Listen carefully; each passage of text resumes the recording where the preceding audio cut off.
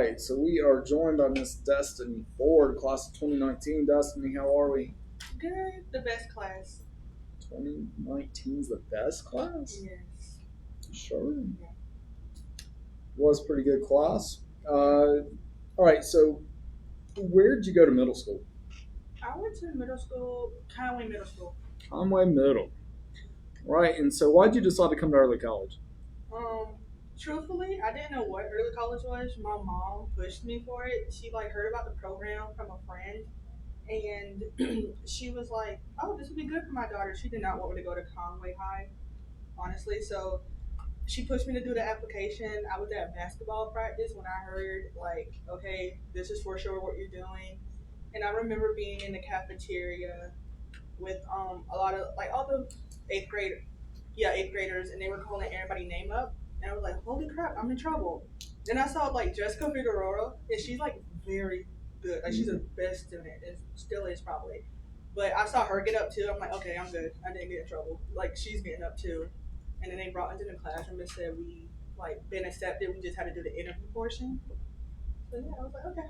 Fun. What was the interview like? Because these sophomores, they don't get interviewed anymore. Miss McCoy did my interview, and I forgot who was with her, but I just remember I was kind of nervous because this was the first time I ever had to do an interview for anything, and I was just being myself. A lot of people in my class they didn't want to do early college, but I'm that person that I just go with the flow. So I was like, hey, I'm gonna give it an opportunity. If I don't like it, I don't like it, but it's something new. It wasn't Conway High. That was a very big school for me. Took a chance, worked out well for you, I'd say. All right, so you decided to come here. You do the Bridge Week stuff. How much fun was that? Brisbane was fun. It was good to meet everybody beforehand, and that's usually when I met Emily Hoffman. I met a lot of my friends during that time period, so I wasn't nervous about coming here. Because usually you stick with your classmates all throughout till you graduate, but coming here was a different ball game. So doing Bridge Week and meeting everybody and meeting the teachers, it really calmed down my nerves. You get into freshman year not overly challenging. Uh, Moving to sophomore year, you start having some harder classes. Start taking classes at Tech. Were they as hard as you thought they'd be? No, not really. I feel the worst class I ever had was probably the English over there and having to write an essay. I think our first essay, our whole class felt it. The highest person who was our valedictorian that year got a 42. And I don't know, that was the hardest thing. But early college really helped us. And our principal at the time was Miss Fleming, so we went to her and she made sure we all had all the extra tutoring. And she was like, "This is open for all your other classes. Y'all may have a hard time." But it was kind of like high school. And Tech, I feel they're WaveNet, if they still use that. That was so much easier. It prepped me for Coastal. I probably wouldn't have did good at Coastal had I not did early college. Uh, let's talk a little bit more about your former principal, Miss Fleming. Did she ever make you bring your computer to the lunchroom at lunch? Oh yes, a lot. I brought me and my computer was best friends for I think sophomore and junior year. I kept that thing on me more than I kept my phone at the time. Um, Miss Fleming, she was honestly she was amazing. I remember she did the "What's Your Why" speech, and I still carry that to this day. I carry that in my military career because you're not always gonna know your why, and I still don't know my why. But I just remember her speech, and it really inspired me. A powerful speaker. She didn't always speak a lot, but when she did, you definitely wanted to listen. All right, so tech stuff. What's your major at Tech? Um, I did science. Associate of Science. You graduate? Yeah. How much fun was it to graduate from Tech before you graduated from high school? It was so cool. I feel that whole year, 2019, that was my year. We did prom, we did the graduation from Tech. It was so amazing seeing my family out there and being that was one of the biggest graduations I have attended and been a part of. It was so fun and amazing walking across the stage, having the camera. It was so much fun. I loved it. Yeah, those Tech graduations are pretty big. It's gotten so big now that they do it in two different ceremonies. Oh Lord. It was starting to be 700 ish graduating at the same time. Uh, so, yeah, you graduate with the Associate of Science. And you'd mentioned Coastal. Is Coastal our next stop? No, I did coastal, but like when I started to do coastal, that when COVID first started, and I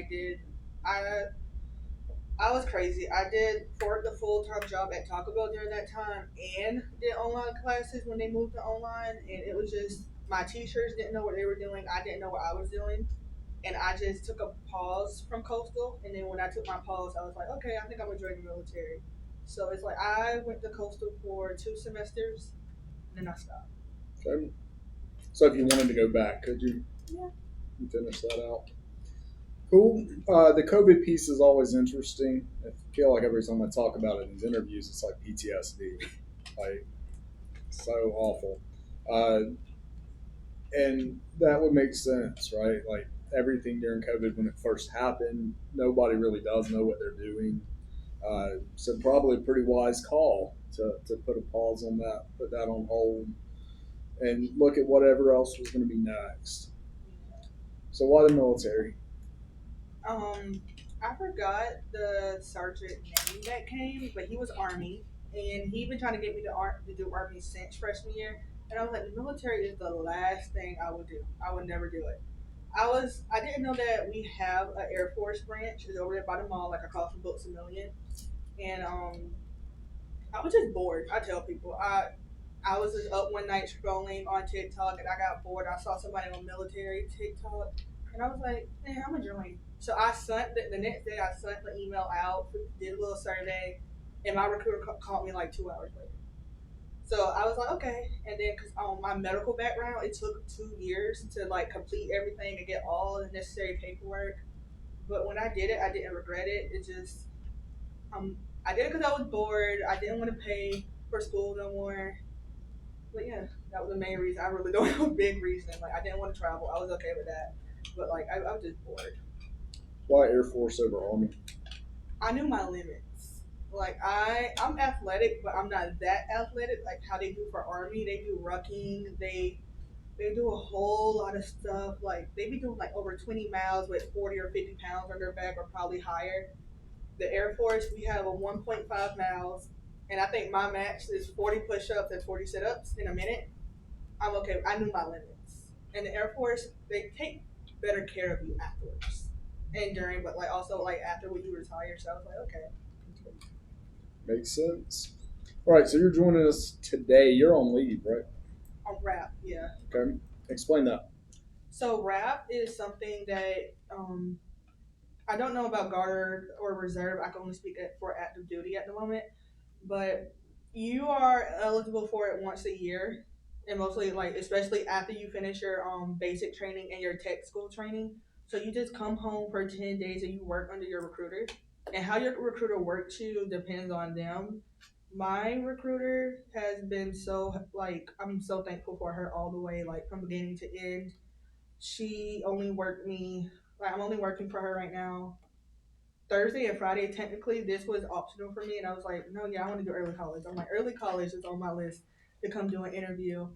But yeah, RAP stand for Recruit Assisting Program. So you pretty much just go and do small things that he or she needs for you. Like so, tomorrow I go to Myrtle Beach and do their career field thing, and then I go to AAST and do theirs for like a couple hours. So just recruiting. Yeah. Cool. How long are you home for? I came home Wednesday. My mind's kind of fuzzy. I think that was the 19th, and then I'll leave to go to Minot on April 5th, so this Saturday, Okay. Where's that? North Dakota, North Dakota. where it only snows there, and I never saw snow before. Hmm. North Dakota. What have you learned about yourself through your experience with the military? The military taught me so far. Well, let me throw this out here. I joined. I started basic. Joined the Air Force on July 16th of 2024. I literally just finished my tech school training. I was in Texas from July 16th till September. Nope, not September. I finished basic July 16th to September the 6th. I started tech school the September 6th, and I finished that on Tuesday the 17th of this year. But the military taught me so far that as long as I have a right attitude, I can do anything. I went to Lackland in San Antonio, Texas during the hottest months of the year. Like I did, it was 100 degrees. So I feel like if I could do that and be running and marching and just hop behind uniform, I could do anything. So like the military taught me, as long as I have the right mindset and a good attitude, I can do anything I put my mind into it. How long will you serve? My contract is 6 years. Planning on staying in? Yeah, I want to do 20. The goal is 20. Okay. Now, what would the benefit be of staying in? I'm not 100% sure. I know you get a good amount of benefits. You get like I think all of your benefits if you do the 20. And then like retirement wise, because the military, or at least the Air Force, they're more so thinking about like as soon as you join, taking the money out your paycheck and putting it for your IRA, like the traditional Roth and all that stuff, and the TSP. So looking at like retirement standpoint, by the time I retire, I will have the choice whether or not I want to work or not. And since I'm 24, like I'll retire in my 40s. I don't think I will fully retire because I love to work, but That's pretty cool. it's nice right? to have the option to retire in your 40s. Be able to retire, go work whatever career's next, and have that extra paycheck. Mm-hmm. Excellent. What advice would you give these sophomores? They're looking tired. This is what they normally look like. Um, I know this sounds so cliche, but don't rush growing up. Like I, I was never the one to rush growing up. I did not want to be an adult. I felt like that was who want to have all them bills. Even now, I don't like my bills. I don't think nobody would. Like have a good budget plan. Stay youthful forever. Don't try to rush everything. And if it's for you, it will come to you. That's the biggest thing. Like I take away from everything, especially my early college experience, and enjoy early college. I don't know if some of y'all, I don't know, but my class, some of us didn't like it, some of us did, but enjoy it. This is once in a lifetime, and once you graduate, you will be thankful for the things that you learned here, especially in this class. Because I have a budget spreadsheet. I never thought of a budget spreadsheet, so I have Mr. Chapel class, but just take away the small piece of advice that the teacher gave you, and even though it's hard now, it gets better. And like early college do prepare you for actual college. I know you already know that, but it do. It's when you go to college, you really don't have that many people to lean on. Here, you have an amazing staff and other students that can help you. Just always like have the right attitude with it. Good advice.